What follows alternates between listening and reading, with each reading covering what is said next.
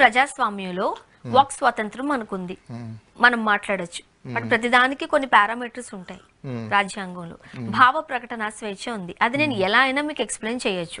Okay, ఇప్పుడు ఒక వ్యక్తి గురించి నాకు నచ్చలేనప్పుడు, ఫర్ ఎగ్జాంపుల్ మీరు నాకు మీ మాటో మీ హావభావాలో నాకు నచ్చలే, నా దగ్గర కొన్ని సోర్సెస్ ఉన్నాయి, దాన్ని యూటిలైజ్ చేసుకుంటూ మీలా ఉండే ఒక వ్యక్తిని తీసుకొచ్చి నాకు నచ్చినట్టుగా ఒక 10 మందికి మిమ్మల్ని నెగిటివ్ షేడ్ లో చూపిస్తూ నా భావాన్ని వ్యక్తీకరిస్తున్నాను. ఒక మాట. రెండొకటి ఏదైనా మాట్లాడుతున్నాను. ఇప్పుడు ఇక్కడ సోషల్ మీడియాలోకి సంబంధించి మనం 2 జోనర్స్ కింద కూడా మనం మాట్లాడాలి. ఇంతకు ముందు నుంచి కూడా నేను అదే స్టాండ్ తీసుకుని మాట్లాడుతున్నాను. కొంతమంది ఎలా పడితే అలా మాట్లాడారు, సమయం సందర్భం లేకుండా, వాళ్ళు ఎవరో కూడా తెలియకుండా బూతులు ఈ మాట మరలా చెప్తున్నాను, బూతులతో మాట్లాడిన వాళ్ళు కూడా ఉన్నారు. నేను ఆ జోనర్ని టచ్ చేయట్లేదు.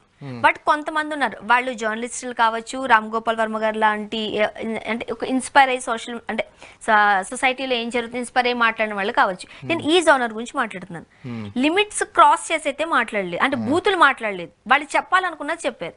రామ్ గోపాల్ వర్మ గారి దగ్గర సోర్సెస్ ఉన్నాయి కాబట్టి సినిమాలు తీశారు. బట్ వీళ్ళు తీయడం వల్ల మీరైతే బాధపడ్డారు.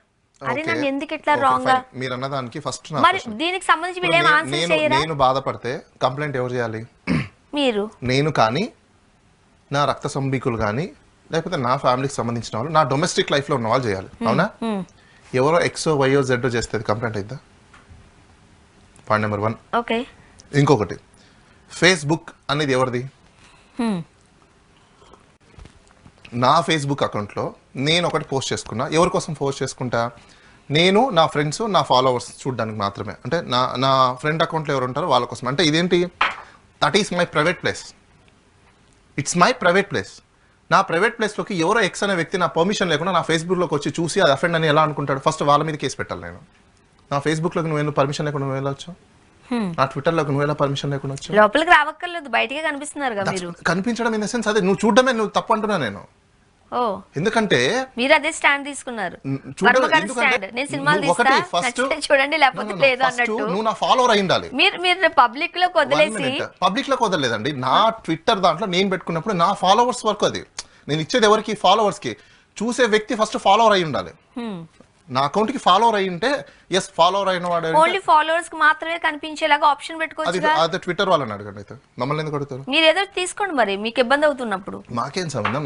అది ఇండియాలో అందరికీ కదా, అందరికి ఉన్న ప్రాబ్లం. మరి అప్పుడు అందరూ చూస్తారు కదా. మరి అందరు చూడాలనుకుంటున్నప్పుడు అది మీరు చూడకూడదు. నా ట్విట్టర్లో కూడా నువ్వే లాస్తావు. ఇప్పుడు మీ ఇంట్లో మీరు ఏదో పని చేసుకుంటున్నారండి, కిటికీ ఓపెన్ చేసి పెట్టారు మీరు, అది మీ స్వేచ్ఛ. పక్కింట్లో ఎవడో చూశారు, చూసి దాన్ని ఇది చేశారు, తప్పెవడిదప్పుడు? పక్కింటోడిదేగా. ఎందుకు? అది మీ ఇల్లు, మీ స్వేచ్ఛ. అలానే నా అకౌంట్ నా స్వేచ్ఛ. నా అకౌంట్లో నేను పెట్టుకునేది. నా ఫాలోవర్స్ అయితే ఓకే, వెరీ వెల్. వాళ్ళు ఏదో ఇబ్బంది పడినారంటే వెరీ వెల్, బాగుంటుంది. ఫాలోవర్ కాని వ్యక్తి ఎవరెవరో ఎక్కడెక్కడో ట్రాన్స్ఫర్ చేసుకున్న దాన్ని నేను ఎలా బాధ్యత అవుతాను? How come I liable? అసలు అది చేశారా లేదో కూడా తెలియదు. ఇంకా ఆయన అకౌంట్లో అయితే అలాంటి పోస్టే లేదు. ఇప్పుడు ఇంకోటి ఏంటంటే మాకు వచ్చే డౌట్, ఇది వాళ్ళు క్రియేట్ చేసి పోస్టు తయారు చేసి పెట్టిందని మాకు డౌట్ వస్తుంది. ఎందుకంటే దాని హైఫర్ లింక్ మాకు తెలియదు ఇప్పుడు దాకా. అసలు ఎవరు పెట్టారో కూడా తెలియదు, దానికి సంబంధించిన డీటెయిల్స్ ఏం లేవు. మేము అందుకే ఆ డీటెయిల్స్ కూడా అడిగాం. ఆ డీటెయిల్స్ అన్ని ఇస్తే మేము తప్పనిసరిగా దానికి సంబంధించిన ఆన్సర్ చేస్తాము, ముందు ఇవ్వండి అని చెప్పేసాను. మరి ఇప్పుడు దాకా ఏం సమాధానం చెప్పాలా. ఇప్పుడు ఫేస్బుక్లో మీరు అన్నారు బూతులు లేకపోతే ఇంకోటో భావ ప్రకటన స్వేచ్ఛ అన్నారు. ఇప్పుడు language, good language, bad language అనేది ఎవరు డిఫైన్ చేయాలి? ఎవరు డిఫైన్ చేశారు? ఎక్కడుంది చెప్పండి.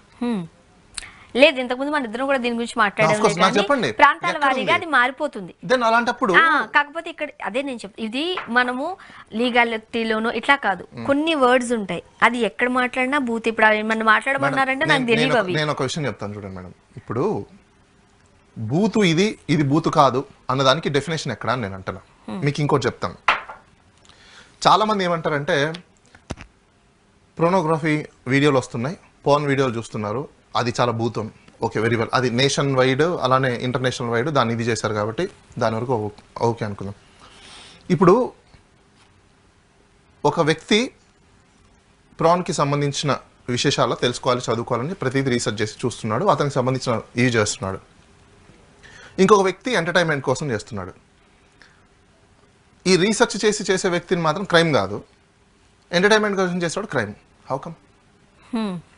మీకు బెస్ట్ ఎగ్జాంపుల్ చెప్పనా? నాకు తెలిసి నేను చిన్నప్పుడు చాలా గుళ్ళకి వెళ్ళాను, చాలా టెంపుల్కి వెళ్ళాను. మన సౌత్ ఇండియాలో మోస్ట్ ఆఫ్ టెంపుల్స్, మీరు పాత టెంపుల్స్లోకి వెళ్తే అక్కడ మీకు బొమ్మలు ఉంటాయి. నేను మా చిన్నప్పుడు మా నాయనమ్మని, మా చిన్నాన్నని, మా పేరెంట్స్ని అడిగేవాడిని ఏంటి ఇట్లా అంట. వాళ్ళు ఏం చెప్పేవాళ్ళంటే మనిషి జీవితంలో ఏవేవి ఉంటాయో అవన్నీ అక్కడ మనకు కనిపిస్తాయి, గుడిలో అవన్నీ మనకు తెలుస్తాయి, నేర్చుకోవడం కోసం పెట్టారు అని చెప్పేసి. ఇప్పుడు గుడిలో అక్కడ పెట్టినవి అవి బొమ్మలు ఏవైతే ఉన్నాయో మనకు ఆ భంగిమలు కానీ అవన్నీ కూడా మనకు నేర్చుకోవడానికి పెట్టారు. అవి అక్కడ కనిపిస్తాయి నీట్గా, ఓపెన్ న్యూడే, రైట్? అక్కడ పెట్టారు కదా, ఇట్స్ నాట్ అఫెన్స్. దాన్ని టెక్నాలజీ పెరగగా వర్చువల్లోకి తీసుకొచ్చారు అనుకోండి, సపోజ్, అది అఫెన్స్ అవుతుంది. ఎలా అఫెన్స్ అవుతుంది? సింపుల్ గా నేను చెప్పనా, అంటే మీరు లీగల్ గా ఇట్లా మాట్లాడొద్దు. ఒక హ్యూమన్ మైండ్ సెట్ ని బట్టి చూసి మాట్లాడండి. మీరు అన్న 2 ఎగ్జాంపుల్స్ నేను చెప్తా. ఒకరు రీసెర్చ్ కోసం తీసుకున్నారు, దాన్ని ఎట్లా రీసెర్చ్ చేస్తారు, దానికి సంబంధించి మీరు అన్న ఏదైతే పోర్నోగ్రఫీ దీనికి సంబంధించి కొన్ని బుక్స్ ఉన్నాయి. సెక్స్ అనే సబ్జెక్ట్ ని ఎడ్యుకేషన్ చేయాలని కూడా నేను అవ్వట్లేదు. మీరు చెప్పినంత వరకు నేను విన్నా. నేను క్వశ్చన్ చెప్తాను చూడండి. చంప మీద ఎలా కొట్టినా దెబ్బ దెబ్బే. అరే వినండి వినండి వినండి, చెంప మీద దెబ్బ కొడితే ఎలా కొట్టినా దెబ్బ దెబ్బే. నేను చెప్పేది వింటారా లేకపోతే మీరు చెప్పేదాన్ని నేను యాక్సెప్ట్ చేయాలా? నో, ఫస్ట్ వినండి. నేను చెప్పేది మీరు కంప్లీట్ చేయలేనప్పుడు వెళ్ళేనప్పుడు నేను ఎట్లా వింటా? అది మీకు నీవేం కోర్టు కాదు. మీరు చెప్పింది నేను విన్నా, నేను చెప్పేది కూడా మీరు వినాలి. చెప్పే రీజనింగ్ ఏంటి? అతను ఆ దృష్టితో చూశాడు, ఈ దృష్టితో ఎలా డిఫైన్ చేస్తారు? నేను చెప్పింది మీరు ఎట్లా డిసైడ్ చేస్తారు? నేను ఏమంటున్నాను లాస్ట్ లో? అదే అయి ఉండొచ్చు, కాకపోయి ఉండొచ్చు కూడా కదా. ఓకే, తన కాన్సన్ట్రేషన్ ఇప్పుడు అదే చెప్తున్నా, సెక్స్ అనేది ఒక ఎడ్యుకేషన్ లాగా ఒక సబ్జెక్ట్ గా రావాలని కూడా కోరుకుంటున్నారు. కొంతమంది దాన్ని అగైనెస్ట్ గా ఆపోజిట్ చేసే వాళ్ళు కూడా ఉన్నారు. నేను వాళ్ళ గురించి మాట్లాడలేదు, ఒక ఉద్దేశం గురించి చెప్తున్నా. ఇప్పుడు 16-17 ఇయర్స్ వాళ్ళు, లేకపోతే టీనేజర్స్ ఉన్న వాళ్ళకు ఫోన్ లో మనకు అన్ని తెలిసిపోతున్నాయి కాబట్టి చూసి మీరు అన్నట్టుగా ఎంటర్టైన్ చేసి అట్లా అనేసి వదిలేస్తే ఓకే దానికి, ఎందుకంటే వాడి ఉద్దేశం, వాడి మైండ్ సెట్ వాడు పక్కన పెడద్దాం. కానీ అదే టీనేజర్స్ 12-13 ఇయర్స్ పిల్లోడు చూసి ఇందులో ఏముందా అని అనుకుని 60 ఏళ్ల ముసలామిని ఒక టీనేజర్ రేప్ చేసి చంపేసిన సందర్భాలు ఉన్నాయి. నెలల పిల్లని చాలా మంది చెప్తూ ఉంటారు, చిన్న చిన్న బట్టలు వేసుకోవడం వల్లే రేపులు జరుగుతాయని. 60 ఏళ్ల ముసలమ్మ ఏం కనిపిస్తుందని ఆమె మీద రేపు జరిగింది. 7-8 నెలల పిల్లల మీద ఏం కనిపిస్తుందని వాళ్ళ మీద రేపులు చేస్తున్నారు. అది డిఫరెంట్ సబ్జెక్ట్ బట్టి నేను చెప్తున్నా. అలా ఏదైతే చేద్దాం అనుకుంటున్నారో దానికి ఇది కూడా ఒక ఆయుధం, వన్ ఆఫ్ ది సోర్స్ కాబట్టి కాస్త దూరంగా ఉంచితే బెటర్ కదా అని. కాదంటారా? అక్కడి నుంచి లీడ్ తీసుకోండి. It is all psychological effect subject.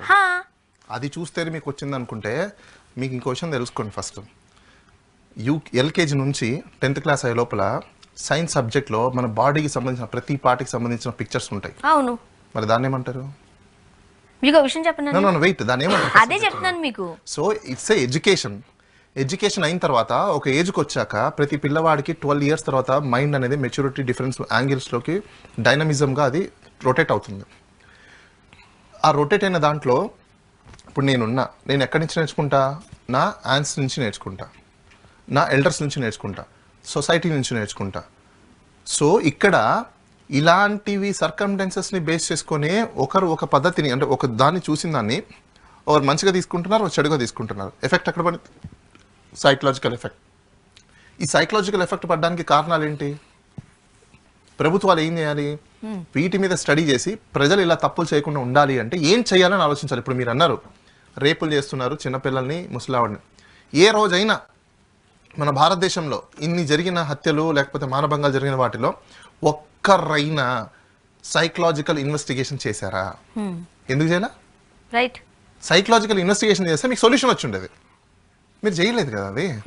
Even మీకు క్రిమినాలజీ, పీనాలజీ అని 2 సబ్జెక్ట్స్ ఉంటాయి. చాలా ఇంపార్టెంట్ సబ్జెక్ట్స్ అవి, criminology and penology. Penology and nothing but it's a penalty, అంటే పనిష్మెంట్, తప్పు చేసిన. క్రిమినాలజీ దేనికి పెడతారంటే ఒక క్రైమ్ చేసిన వ్యక్తిని మళ్ళీ రీహాబిలిట్ చేసి సొసైటీలోకి పంపించాలి. That's a motive. మీరు అది ఎక్కడ చేస్తున్నారు? ఒక వ్యక్తిని మీరు మార్పు బయటికి పంపిస్తున్నారా? సొసైటీలో చూపిస్తున్నారా? అసలు సొసైటీలో నుంచి వచ్చే లీడర్లే తిట్టుకుంటున్నారు కదా బూతులు. సొసైటీ నుంచి లీడర్లే చూపించి బెదిరిస్తున్నారు కదా జనాల్ని. సొసైటీలో ఎప్పుడైనా చెడిపోతుంది అంటే అది లీడర్స్ని బట్టే, ఈ సోకాల్డ్ పొలిటీషియన్స్ని బట్టే, వాళ్ళు చేసే యాక్ట్లను బట్టి, వాళ్ళు చేసే ఫ్యామిలీ యాక్టివిటీస్ని బట్టే ఉంది తప్ప సొసైటీలో జనాలు ఎవరు కోరుకోరు, ప్రజలు ఎవరు చెడిపోవాలని అనుకోరు. ఎంతసేపు ఉన్న వాళ్ళు రాజకీయాల్లోకి వచ్చి లీడర్లు అయిన తర్వాత, మినిస్టర్లు అయిన తర్వాత హితబోధలు చేయడము లేకపోతే సుత్తపూత మాటలు చెప్పడం కాదు. అంతకుముందు నువ్వు ఏం చేసావు అనేది ఇంపార్టెంట్. దానివల్ల ఎంతమంది ఎఫెక్ట్ అయ్యారని ఇంపార్టెంట్. Let me complete. ఎంతమంది ఎఫెక్ట్ అయ్యారని ఇంపార్టెంట్. మీకు బెస్ట్ ఎగ్జాంపుల్ చెప్తాను. గతంలో కొంతమంది సినిమా యాక్టర్స్ అందరూ కూడా పొలిటీషియన్స్ అయ్యారు. వాళ్ళు తీసిన మూవీలు అప్పుడు తప్పులే, వాళ్ళు ఇప్పుడు జనాలు ఇంకొకరు తీస్తే తప్పు అంటారు. వాళ్ళు అప్పుడు పొట్టకొట్టు కోసం చేశారంటారు, వీళ్ళు మాత్రం చేయకూడదు అంటారు. How come? అంటే ఈక్వాలిటీ ఎక్కడికి పోయింది? నువ్వు చేస్తే ఏమో తప్పు లేదు, ఇంకోటి చేస్తే ఏమో తప్పు వచ్చింది. See that is what equality చాలా ఇంపార్టెంట్. డెమోక్రసీ సిస్టంలో ఫ్రీడమ్ ఆఫ్ ఎక్స్ప్రెషన్ కూడా ఆ ఫ్రీడమ్ ఆఫ్ ఎక్స్ప్రెషన్స్ని తీసుకునే విధానాన్ని బట్టి ఉంటుంది. ఎక్స్ప్రెషన్ అనేది ఇప్పుడు పాలిటిక్స్ ఉందండి. అసలు పాలిటిక్స్ అంటే ఏంటి? కొట్టుకోవడం, తిట్టుకోవడం.